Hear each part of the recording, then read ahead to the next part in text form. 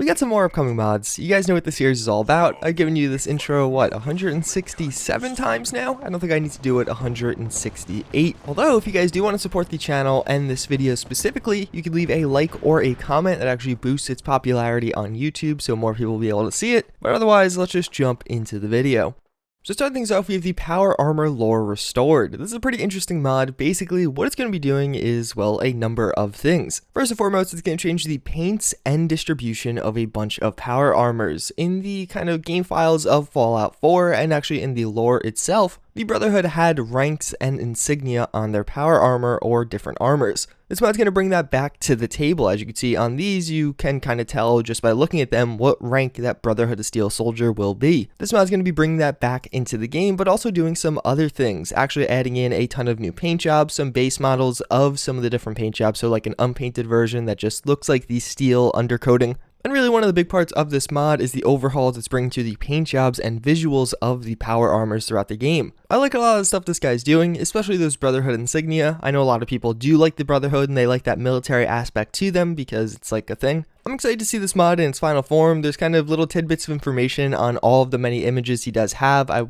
was kind of looking for something that like had a concise, like, alright, this is what's going on here. But either way, it looks very promising, and again, I'm excited to see more updates and see what he is actually bringing to the table.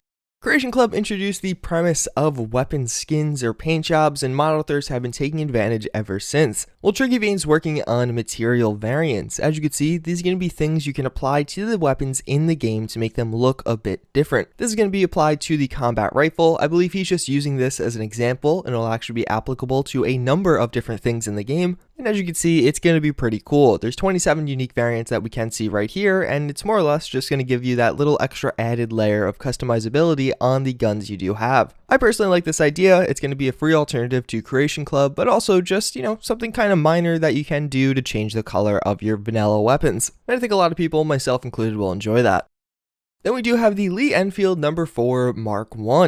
This is going to be the new work in progress mod by Axis. He most recently did release the AK-5C, up there as one of the best weapon mods for Fallout 4 right now. But now again, he's moving on to something a bit different, a little bit older in the time frame. As you can see by these images, it looks amazing. Axis has produced a ton of high quality content in the past and currently. And some of these bolt actions are actually pretty interesting. There's been a few great ones in Fallout 4, the Mauser, as well as that other one that I'm totally forgetting the name of right now. I know a lot of people do enjoy using these. I do too. With a good see-through combat scope support, like actually having a nice scope on this and being able to perk yourself out to shoot people from pretty far away, I think it's really enjoyable to use high-powered bolt actions in Fallout 4. I'm also excited to see where he's going to go with this one. Obviously with the AK-5C, he brought in some pretty interesting and unique mechanics with that magazine system. I'm curious to see as to whether or not that's going to make a return with this, or if there's going to be some other unique characteristic about it. Also, if you guys don't know, this is actually in Battlefield 1, you may know this from it. In that game, it's actually named the SMLE though. Either way, another amazing looking gun. Hopefully you guys are as hyped as I am. I'm quite excited to see more in-game screenshots and features about this. So about a week ago now, I actually showed you guys some mods that were kind of abandoned but looked really good. Well, one of those such mods is now getting worked on again, or at least a very similar concept to that original mod. That's going to be Ares CBE, or now known as Terry's Androids. More or less what it seems like this is going to be is a new body type for you to use maybe on your character, or maybe as a replacer for some of these synths in the game. That's going to have an intrinsically android look, so you're going to see that little spine android part as well as just in some of the body parts and arms. It's a really cool mod and concept. I love the visuals we're seeing right now. I'm excited to see more. Obviously it's at a very early work in progress stage, but I just wanted to keep you guys updated to show you that it is being worked on again, although by a different mod author.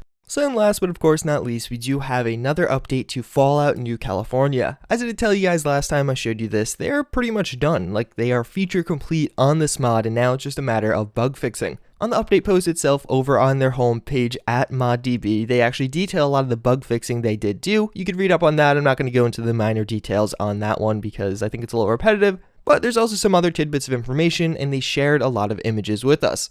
Either way, as far as their update goes, more or less they are largely done with the actual visual component of this mod, and going forward it's actually going to be even more into the finer tuning and more minute bugs that do pop up. They also do mention how they're actually filling in some of the lore to actually make the connections between what went on between Fallout 2 and the events of Fallout New California. If you don't know, Fallout New California is meant to be kind of a prequel to Fallout New Vegas. We're going to follow some of the major factions like the NCR, some different raider types. I made full videos on this, and again, if you want to read more up on this mod and what they're trying to achieve, you can find that all on their ModDB page. And one other exciting tidbit they do mention that really kind of signifies how far they've gotten is by the next update, they may have a release trailer ready. And you know what release trailers mean? That means they're getting fairly close to release. This is something that hopefully will get a beta or whatever they want to call it soon, and then actually a final release shortly thereafter that. Either way, amazing work by these guys. This is somebody who actually has been working on this for many, many years, and now are finally completing their mod, so throw some money their way if you guys haven't already. Maybe you want to wait till release like I do, but either way, I definitely imagine getting some money right now will help push them over that kind of final stretch. You can find a link to donate to them down below also. That's pretty much going to wrap it up for this one. For our psychology fun fact of the day, it's actually going to be a little bit about your personality. I took a personality class a while ago, and some of the things in that were really freaking interesting. One thing that is quite interesting is your overall temperament, or personality as you will actually largely be stable throughout your life. So much so that they actually do these things called longitudinal studies, and that's more or less a study going over a very long period of time following kind of a more select few people. And in these, they actually looked at some children, babies in fact, and they looked at their temperament, so how they kind of acted overall. And they found that largely over time, even as much as 30, 40 years later, they didn't really change. They were kind of the same person holding the same temperament. Now, obviously, there's certain aspects of that may change. When you're a kid, even to being a teenager, maybe you don't have as good of control of those emotions, but when you're an adult, you may still experience them and just be able to control them much better. Although some things that do actually change within your overall personality or have been found to are actually your anxiety levels. Right around when you're like, I think it's 16 to 22, especially in women, people have the most self-esteem issues and thus more anxiety. Your friendliness to others, so just basically how cordial you are with other people seems to change. And lastly, one of the interesting ones, openness to novel experiences. So that's going to be openness to like experiencing new things. And those all tend to fluctuate over your life. Yeah, that's pretty much going to wrap it up for this one. As always, again, thank you guys for watching. I do hope you enjoyed, and I hope to see you all next time. Later.